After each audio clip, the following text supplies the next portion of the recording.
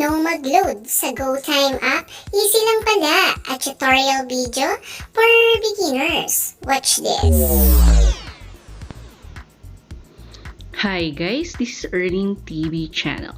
Ang topic po natin today is about GoTime load. Paano nga po ba tayo makakapag-load dito sa ating GoTime account? So, i-click mo na ang GoTime.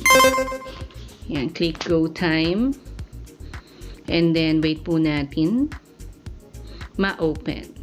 So, dapat dito meron tayong internet connection or mobile data para tayo ay makapag-access dito sa ating GoTime account. So, enter mo lamang yung code, passcode, para tayo makapasok sa ating GoTime account. So, dito ipapakita ko sa inyo yung gagawin nating paglo-load dito sa ating GoTime account. So guys, makikita po natin sa screen ang aking account. Ayan, check natin ang balance na may 339.30 pesos. So magpo-proceed tayo kung paano tayo makakapag-buy ng load. So click mo ang buy load. Napakadali lamang po initong gamitin. So, dito may mga telco na option. Depende yan sa SIM card mo like Globe, Smart, TNT, TM. Meron din ditong mga iba pa po na others. Yan, makikita nyo sa baba. Pero dahil maglo-load po tayo, ang gagamitin po natin ay ang aking Smart SIM. Click mo ang Smart.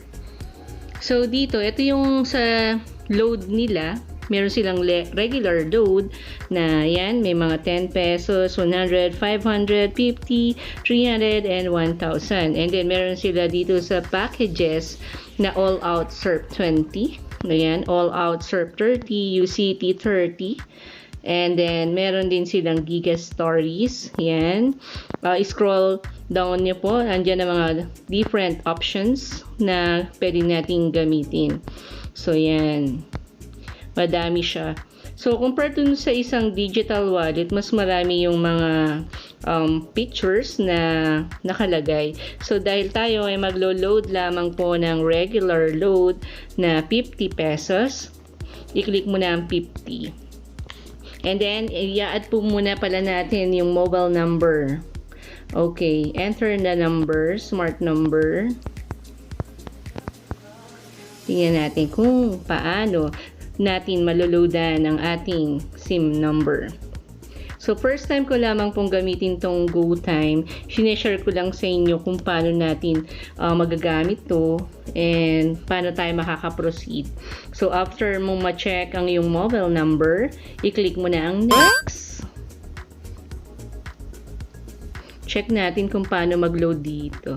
Buy load, e-load na 50 pesos for Smart.